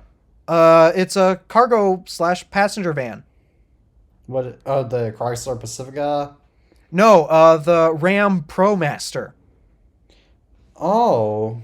They're electrifying that first. But again, no NACS announcement. Ram is also going to be making a hybrid truck, but isn't there the Jeep 4xe though? That's a plug-in hybrid. Ah. It's not a full electric vehicle. So, yeah, I don't know what Stellantis is doing. I have not had a lot of respect for that company because I am not a fan of the products they've made. They've made some really bad products where truly the only one I actually like is the Pacifica. That's the only good product that they make, in my opinion. They used to actually make good cars back in the day, but nowadays they've just gone so far downhill. Like, their cars are having such big fundamental problems. Yeah, I mean, remember that Chrysler I reviewed on the Drive channel a few years ago? Yes. The biggest ethos that I can recognize from them is they have a big emphasis on trying to be technologically advanced, but they cheap out on basically everything else. The plastics were not good. The only reason why that car was in as good condition as it was because it was owned by my grandmother, who's not very harsh on cars. So because of that, that was the only reason why it was in nice condition. If you take a look at so many other Chrysler products, especially in the interiors, they are in terrible condition. They're creaking all the time. Especially the older Grand Caravans. They're just not put together well. They use incredibly cheap materials that look and feel nasty. And then the biggest disappointment that I especially had in that Chrysler 200, that vehicle was so underpowered. It needed more power. Yeah. So this is why I'm not a fan of Chrysler. They put such a big emphasis on technology and gadgetry first, which it has its place. It is important. But to skimp on everything else is not a good idea. This is a similar problem. This is a similar problem that the Chevy Trax has, because the Chevy Trax, the only thing that they're advertising the most about, a crossover, which is a bigger vehicle, is just it has a nice touchscreen with Apple CarPlay. That's it. Otherwise, it's just. But you know it has a 3-cylinder engine in it. I do know it has a 3-cylinder engine in it. I'm sure. GM underpowers their SUVs so much, which I don't understand, because you can't underpower an SUV. Yeah, it needs to have more power for a bigger vehicle. And Yep. it's weird to me because my Buick does not feel this way. Now, again, it's not the fastest car in the world. It's not even the fastest car in its segment. But they managed to tune it to make it feel fun and engaging somehow. And I'm overly impressed with it. I actually learned something very interesting about Stardust recently during the cold snap. Which should probably be another thing we should talk about, actually. Stardust, I kid you not, disabled the high voltage battery for a week. Yep, they did. Huh. So for Yeah. about a week, I was driving exclusively on the gas engine. No hybrid power, nothing electrical. What did it felt good? It took me a while to notice. I didn't actually notice it was doing it until I was going downhill and I had zero regen. Zero. Zilch. Nothing. So I decided to check on the battery to see, okay, does it have capacity for energy? Because I know when it's close to fully charged, it'll back off the regen because there's no room to put the energy in that case. But I checked the screen and it's in its happy 3 to 4 bars. But it stayed that way for a week. In fact, I kept that screen up for the entire week and never once had it ever pulled any power from that battery. I guess that just goes to show you how they're preventing EVs from from operating in the coal or the electric part. I found it interesting because unlike other electric cars, every electric car, full battery electric is what I mean, they have means to heat and cool the battery pack. Even the Chevy Bolt has a method to heat and cool its battery pack. But hybrids, and this is again one of the disadvantages of a hybrid, is they skimped on this aspect because the battery is not the main source of power in the car. It's the engine. And so because of it, it's not working as hard as it would in a full battery electric vehicle. And that is why my car, it has no method for cooling or heating the battery. And in the wintertime, it's a bit of a problem because batteries do not like to function when they're cold. So because of that, it disengaged itself because it got cold and, well, it couldn't heat it. There was no means to heat and cool it. I actually drove, I guess on the related note to cold snap, I actually drove my car. My family has driven all our cars now in the cold snap after the cold snap, and they've all been totally fine.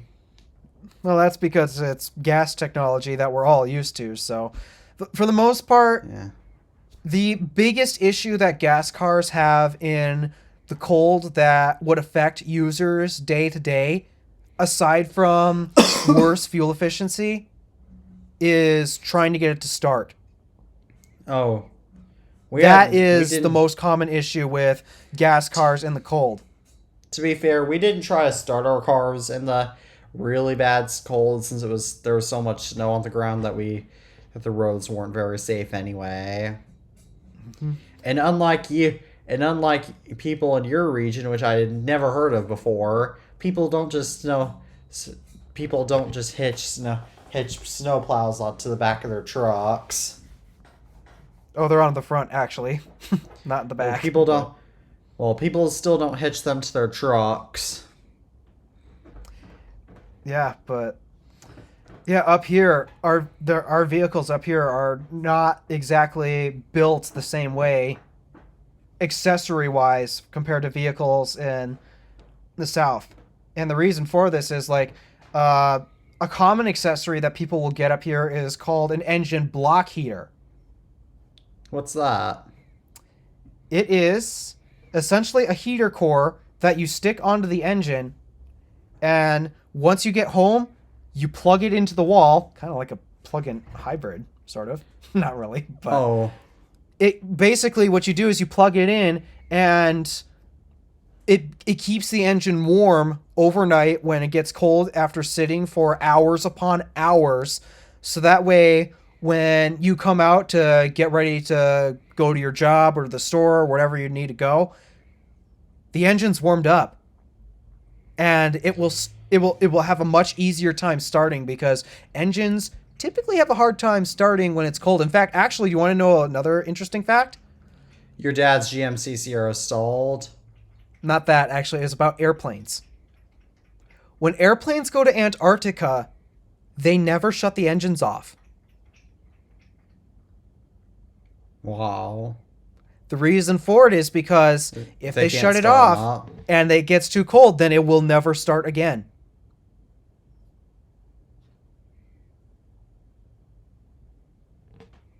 Interesting fact, right? Yeah. Learn something new don't every have- day. I do not have an engine block here on my car, but again, I don't. But Where again, you we live, also it is do- not necessary. We also don't. We don't. My family also doesn't have a garage, so Yeah, but There's yeah, where that. where you So guys can't- live, it's not necessary for you guys to have one. yeah. In fact, not even every car up here has an engine block heater. Like, for example, my car, my family has never owned any car that actually has had an engine block heater because, well, we've been lucky enough that they've started for the most part. We've only had a couple stalls once. We only had a couple stalls every now and then, but it's still a more common thing around here. In fact, I know if you go to Norway or the Scandinavian countries, or if you even head further north into Canada or Alaska, it becomes way more common to the point where it's practically standard on all cars. So, yeah, our vehicles are not prepared the same way as your guys's. Basically, every truck up here, well, 2/3 at least, have a snowplow attached to them because I've literally never even heard of people doing that. And I have a bunch of relatives that, whilst don't live as quite as far north as you do, still live pretty far up north. But yeah, it's a common thing to have snowplows on our trucks up here. Also, engine block heaters. They're not as common as in many places even further north of us. But I have seen a couple cars around here that actually have them. But anywho, I guess I wanted to address an elephant in the room that happened last week in Chicago. You may or may not have heard of this. Nope. Basically, what happened was the cold snap had hit, and the reason why I'm bringing this up is because there were cars left and right in Chicago getting stranded because batteries got cold, heaters were running, so people were running out of range, or they were running out of battery, and the worst part was the lines at the chargers got so insane. They got even worse than what you have ever seen in Los Angeles or Vegas. To be fair, Chicago is a lot bigger than Vegas. How about Los Angeles? Yeah, that's bad for Chicago. So, basically, what I wanted to explain is that for the most part, I know there's a lot of articles that are out there that are saying, oh, EVs will never, ever work in the cold. Not true, because I want to point out there's a bunch of electric cars here. I saw an ID4 today. Volkswagen ID4. But also, another outlier that I really have to bring up all the time, Norway. Norway has close to a 50% EV adoption rate, which is Pretty cool. quite impressive. So they're To be very fair, not that many 50-50. To be fair, not as many people there own their own cars, but still. But the cars that are there, it's a 50-50 split between electric and gas. Pretty incredible. Norway also happens to be incredibly close to the Arctic Circle. In fact, certain parts of Norway are in the Arctic Circle. So you might be thinking, how the heck do they make their 50% electric vehicles work? Are they only in the southern part of Norway? No. They're not only in the southern part of Norway. The reason for Battery it is block heaters. sort of. It's a similar concept, but so again, like I've mentioned, in battery electric vehicles, most of them, including the Chevy Bolt, have means to heat and cool the battery. So similar to the concept of an engine block heater, like I just said, if you plug in the electric car, it will use that energy, extra energy from the wall. You can even tell the car, hey, I don't need to charge. I don't need to add any extra range to the battery, but instead, I'm going to pull this power from the wall and use it to keep the battery warm. So that way, you have most of your range back because the battery will be in a temperature it prefers. So your range hit won't be taken. You won't have as massive of a range hit, basically. And also because not only can the car be smart enough to pull power from the wall to heat the battery, it'll also be smart enough to pull power from the wall to heat the cabin. So you're instantly reducing the massive load that you're putting on the car the second you turn the heat on. So again, extending your range. And also, if you happen to be low on range, say you don't have the fastest charger in the world, like say you're charging on a 120 volt outlet, which in the summertime adds about 40 miles of range per day. And a lot of that especially gets robbed when winter comes because the car wants to keep its battery warm. Well, guess what? If your battery's warm, you can take it to a DC charger and it'll charge pretty darn close to normal. No extremely slow charging speeds. That's pretty incredible. Norway has this nailed perfectly. Their charging infrastructure is genuinely amazing, and one of the biggest reasons why I want to take a trip to there, aside from the scenery, is because I want to check out their charging infrastructure, and it is so insane. People in America think, we need DC chargers everywhere. We need all these 350 kilowatt plus chargers in every single town. When in reality, that couldn't be further from the truth because Norway's DC infrastructure is basically set up that way, but nobody ever uses them. It is ever rare those chargers get used. And do you want to know why? Because people conserve their range. It's because the AC chargers, the slower chargers, everybody has access to them where they park their cars.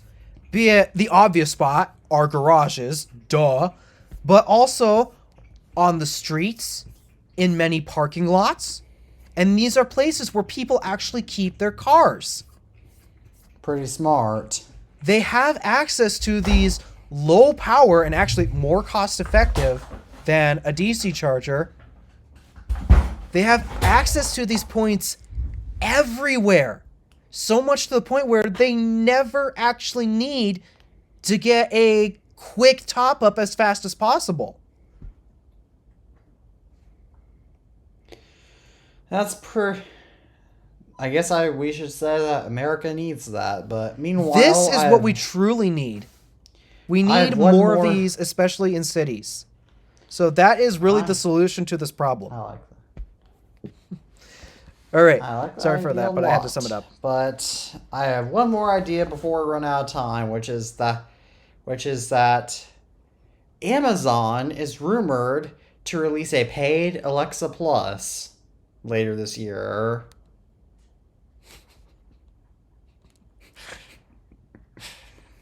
Yes. It's just stupid. I'm sorry.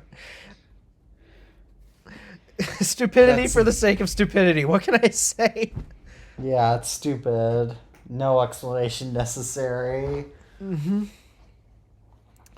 All right, well, since we have 15 minutes left, I think we were going to address some comments. Let's do that. All right, so I'm going to click I only want the comments relevant to that video, so let me click on that. Latest comments. All right, so I'm going to scroll from the bottom. I'm going to try to read as many as I possibly can. I'm not going to read the ones that basically agree with me because that's not the point. There's a few that do actually see my point. Sadly, only a few. The majority of them don't. So let's read the rest of the comments where basically they're trying to say, I'm an idiot, I am stupid, and because of this, all of my points about Apple Vision Pro are completely invalid. So, alright, let's go. As an Apple fan, you usually know what you need and want their products for. If you can't find usage for it, then that is your answer. It's not for you. You're trying to find why it should be for you. That's not true. I'm trying to find why it should be for the average consumer. I'm not really the average consumer. I'm trying to figure out how it is for the market that Apple is advertising it for. That's what I'm trying to figure out. Including you. Yep. But your answer is coming straight out of your mouth. Not for you. Oh, this is my favorite tagline that they all have. It's for devs!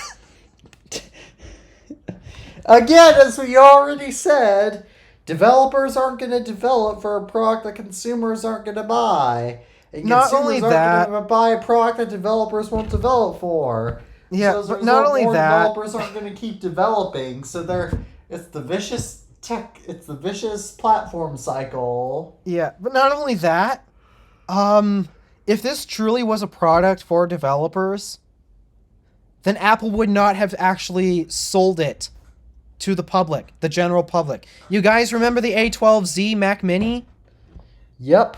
The Apple developer transition kit for the Apple Silicon? Or the Power Mac G5 like Intel SDK? Those were computers exclusively sold to developers. You actually had to have a developer account in order to get this thing. So, I'm going to say that once, but I thought I'd bring this up. It's not for devs because if it was, it would have been sold exclusively to them. So, all right. I actually made a comment responding to literally the exact same thing that we just discussed, but somebody followed up saying, well, you can't just say it's just for devs. The price and access screams dev. Access, it's accessible to the public. How does that scream developer? Price-wise, maybe, yeah, I might be able to agree with you price-wise, but access? I can't. I'm sorry. What's this? Or you could just say people who plan to use this as a spatial computer. I feel like this replaces everything we have right now, but it's oh, that's not an important one. Sorry. What's this?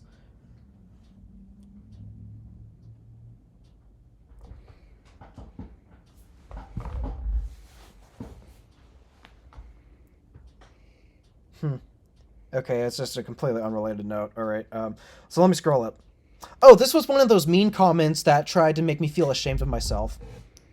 Oh, what is it? LOL. What did I just watch? Are you 12? You're clearly not 12 based on your deep voice. I mean, I actually got my deep voice back when I was 11, but... Yeah, well, you're clear. Well, most 12-year-olds don't have that kind of deep voice.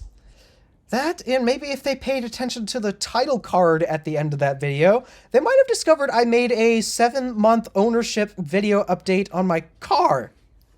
So... So clearly that person didn't watch the video because if 12-year-olds don't own cars, yep. Heck, you can't even legally own property until you're 18. All right, more comments. It's not for mass market. It's for devs to create content. So when the mass market version releases, there will be a full ecosystem with plenty of content. It's the App Store situation all over again. They aren't even making a lot of them. That should tell you that it's a dev product. Again, they sold it to the masses. Yep. I see Vision Pro like a brain. How do you market a brain until you have one? As a developer, I already had crazy ideas for apps that wouldn't work with a screen. Like imagine have Lego sets you can build while traveling, or practical apps, sorry, the grammar that they have is so bad. On practical app would be like a sticky notes app. That's something that exists on laptops, by the way, but okay. My Mac That has would let one. you have, yeah, that would let you have virtual sticky notes sticked around the house. Then you could have them animate or chime to remind you as you get near. You can think It's beyond the actually screen. cool. Yeah, that's true. Those are cool ideas, but again, sticky notes is not a new feature and actually can work with 2D screens. All right, so yeah, yeah, there's that. Um, But what wait the a heck is minute. I like what the heck is this my favorite comment? line from that comment was, "How do you market a brain until you have one?" I'm sorry, does this guy have a brain? Like, what kind of. Or you could do that with a screen. Think beyond the screen. Like, he's thinking about screenless app ideas, but all the ideas for an app are involve screens. Oh my god. Your 2011 MacBook Pro comment finally got topped. Here's another one. AirPods Max for your face. Again, these are dumb. Okay. Here's one that I am really trying to understand. It just looks dumb. It's 3 words. It's a 3-worded comment. See, need this. He need this? See, need this. What's the first word? See. C need this? Yeah. See. SEE. Vision. See. See, need this. C I need this? I legit don't know what this comment is supposed to be. It says C need. I need this. Either That bad comment was grammar. I probably don't made know. by a 2-year-old. Must have been. All right. Here's another one. What if it's just that intuitive? Trying to teach my grandparents VR was a nightmare with controllers, but seamless eye tracking might be touch as the principal input. Again, the fingers are required to select. That's not intuitive. What's this? What is it good for? Ooh, this is a long list. Utilize an effective infinite number of floating displays. Yeah, it's trying to list a good idea, but what's this? Set up a standing walking workspace that's not. Okay, well, actually, it is kind of handy to have a table, though, for maybe not just your computer, but for other projects, so, okay. Yeah. 3D assets, again, who cares about 3D? It's not important. 3D has been 3D. Tech companies have tried to market 3D for as long as they've been around. They've marketed it in the 20th century. Yeah, I'm more failed. invested in, like, even in terms of animation, I'm more invested in 2D animation than I am 3D. So, there's that. All right, that list is going to go on for a while, then this point where it's going to take up our time. All right, they did spend the last 45 minutes of the WWDC keynote going over quite a bit in detail. I see this becoming a replacement for either MacBooks and or iPads in the near future. He did not say iPhones, so he knows that the iPhone is still going to be around. I don't see it replacing either of those products, like the Mac especially, unless Apple actually gives it so much more raw horsepower, because, again, with the amount of things that Vision Pro needs to process in the background, it's going to rob those resources, so, all right. The fact that you even made this video just shows how ignorant and totally not understanding you are. That's the whole point of the video. The point was I am trying to understand it. Yes. Ignorant? I'd say not. Yeah, We literally talk about. He clearly does not watch TIFP Yeah. or He doesn't your watch any of my other videos. He doesn't even watch any of my other videos from the sounds of it, because I'm pretty sure I've brought up some very good points in many other videos past. All right. Oh, here's another mean one. This video is going to age like... I don't know, Well, but I wonder what. this guy might not realize that his comment might potentially age like... I don't. To be fair, Steve Ballmer said that the iPhone was gonna fail because it didn't have a physical keyboard, so buttons weren't good. So as a result, businesses would want to buy it. So maybe this whole these TIFP episodes will age like, maybe they'll age badly, but They might, but I again, doubt it. we can't really predict this product. We don't know enough to get any reasonable predictions, and I do see it going either way. It either might become a success, depending on what we've learned about it, but also it might become a flop because we just don't know enough about it to understand it and can't justify it. So, yeah, there's that. Rant so Randy, his face turned red. Don't know what that is about. More use out of my HomePod. This is hilarious. More use out of my HomePod. That's a quote that from my video. LOL facts. That's actually a comment that understood my take. It's just I thought it was funny. More use out of your HomePod. LOL facts. All right. Should probably try Technics AE60s. I've smashed... Oh, the earbuds. I mentioned about how I destroyed my earbuds in that. Honestly, the only thing that I can see this thing offering to the table is maybe watching movies. Okay, yeah, so that's another one agreed. Another one that agrees... oh, goodness. Some wee guy with terrible audio claiming he knows better than a multi-trillion-dollar company at marketing. Apple's marketing sometimes sucks. It actually is legit bad. In terms of marketing products and explaining it to customers, it's actually bad. It's always been bad. No. It has never been good. Just because you have more money doesn't mean you know, doesn't mean you're smarter. Yes. Just means you have more money.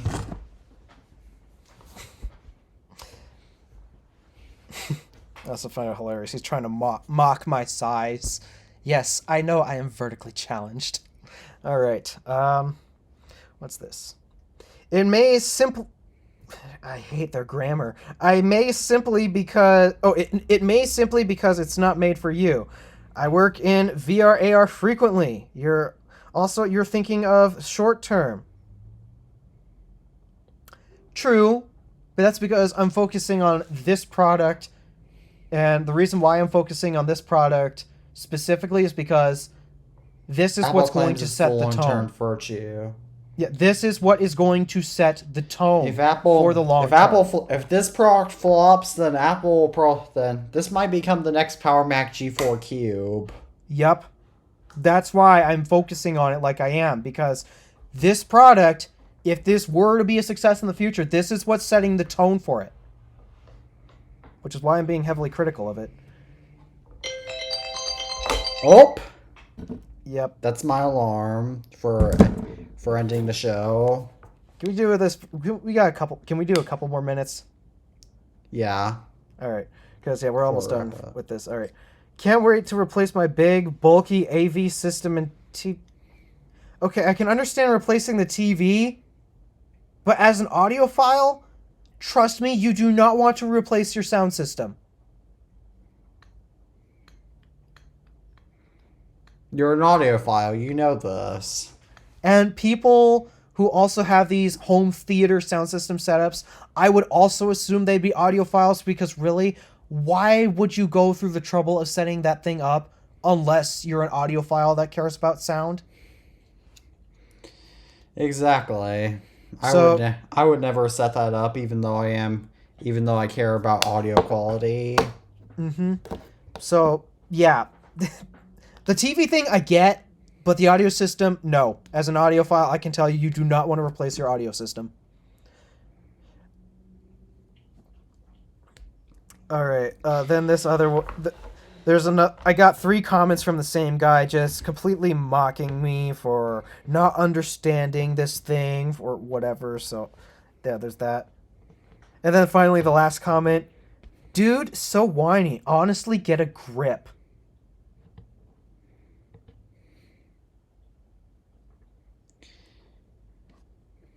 I'm just asking questions. Yes, That's you're all I not was doing. It's not whiny to ask questions. All I was doing was asking questions, and in a method where I was frustrated that I was not getting answers to these questions. Like for example, let's say I want for example, would you call your teacher for example, would you call your teachers whiny if they give you a quiz and they ask you questions on the quiz? Like for example, who won the Civil War? American Civil War. So, yeah, these comments were a lot of them were so dumb, and Like that's not a teacher whining. yeah, I That's know. just it's Yeah, not whiny. So yeah, the takeaway that I have is part of me is upset, and it's not the mockery towards me. It's the fact that these people are like this. Their attention spans, I blame TikTok and YouTube Shorts for this mostly, but their So attention do spans I. are so short. Their uh what's the word I'm looking for? Open-mindedness is also so much more shallow, to the point where you can have a different opinion and all of a sudden it's worth shooting flamethrowers at you all of a sudden. So I'm not mad at the comments towards me as a person. Honestly, those don't affect me. I laugh at them because I genuinely think they make the commenter look more stupid than it does me. But I'm upset that this is how people behave in a comment section. Do you watch Tekmon by chance? No, I don't. Well, he made an excellent skit back in 2016 about about YouTube comments, and I can actually find find Tekmon. Hang on, I gotta scroll down to the T's in my I have. subscription. Have you seen the Odd Ones Out? No. The Odd Ones Out did amazing video covering the comments section, and he also did a little skit where I don't understand why commenters do this, but you know how they'll do first. I'm first. Oh yes, I hate that so much. What is the point? Legit, nobody cares if you're the first commenter in the comment section. I know. But I sent you that skit which is so funny. It's the most relatable skit to us YouTubers. How to write a YouTube comment in 10 steps. Oh dear. But meanwhile, I guess we shall wrap up the show because Alpha has to go feed his dogs. Oh yes. I don't want Marley to be as mad at me as she was last time. Oh, that dog was cranky. So, as always, thank you all for tuning in to another episode of the iTunes Fanboy Podcast. As always, I'm Teddy Maggart from the iTunes Fanboy. And my name is Alpha DeWolf from the Random Alpha. And as always, we are saying goodbye for now. We'll see you next time. And peace out. See ya.